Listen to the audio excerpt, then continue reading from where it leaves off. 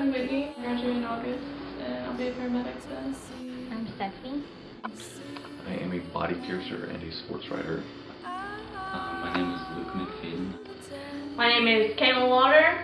I'm 19 years old. Okay, my name is Eva, and I go to Louisiana State University. Chelsea Marie Bradley.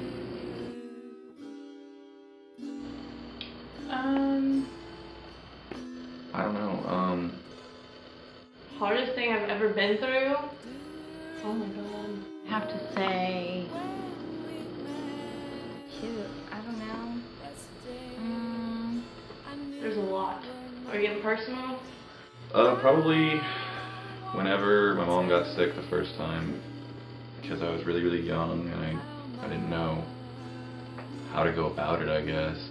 My friend Marcia, when I was 13, that was really hard for me because she had a really bad family situation, and her dad beat her and stuff.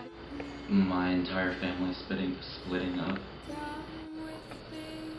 I guess when my mom had her baby, my little brother, I was like 13, 14, and then she pushed me aside for her baby. Part of me was trying to pretend like it wasn't happening, and part of me was just like completely terrified of what was going to happen. Probably like when I first came out to my parents. That was really hard. I was like 14. Losing my mother to mental illness was very hard.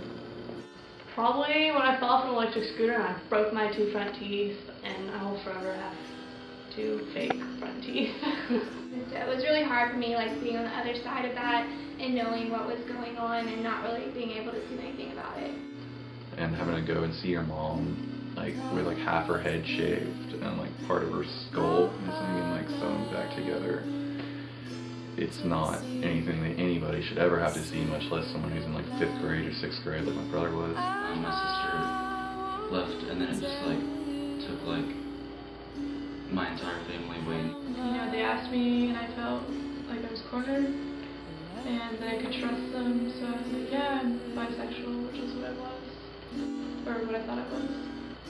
It made me kind of angry at God for letting that happen to him. I was kind of like, really, Mom? I wasn't enough child for you. You had to have 2 more. We were at my grandparents' house, and she had just gotten back from the hospital, and there's this really long hall in my grandparents' house, and she was in one bedroom, and we had just gotten home from school, so we walked, and we were like gonna meet in the middle of the hallway, and I'll never forget it. My brother went up to give her a hug, and I was right behind him, and she stopped him, like before he could even, and she goes, "Don't touch me, it hurts too bad." I had a really awesome relationship with my mom, and then with not much warning at all, she went crazy one day, and she's never been the same since. I think it was like a lot to go through, and I held it against my mom for a long time. When I was little, I never thought it was her fault until now. My mom, the mom that I knew, the mom that was my best friend in the whole world, died. I felt like at one point that I had just kind of given up and come to terms with the fact that my mom was going to die. And then, like, immediately after that, I just felt like the worst person on earth. Like there was never a shittier son than me, because that I had just come to terms with the fact that, you know, she wasn't going to be here anymore, and that, you know, I was going to be okay anyways. They were like, we know you better than that, and you were not, you know, and they made me go to therapy for it. I think that's what made me who I am today.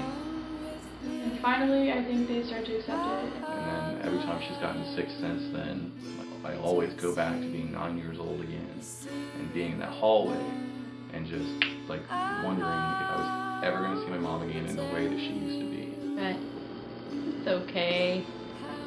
Shit happens, and we're all alright. Better.